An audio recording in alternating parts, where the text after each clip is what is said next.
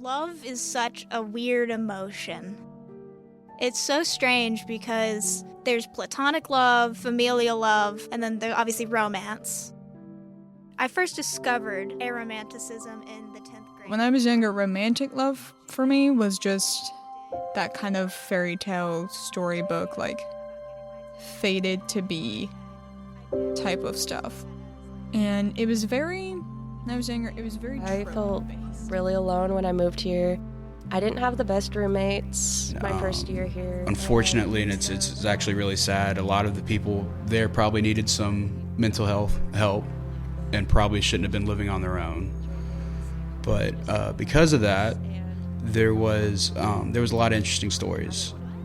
I can tell you the worst day that I worked there.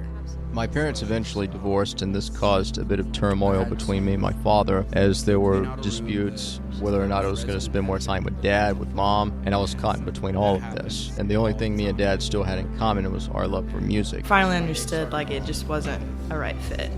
That's when I started to panic a little bit, because then the feeling of, I don't really have anywhere to call home, what do I write, started sinking in on me. I guess in the past year, I've been going through this period of growth and grief, and I think it sounds really poetic.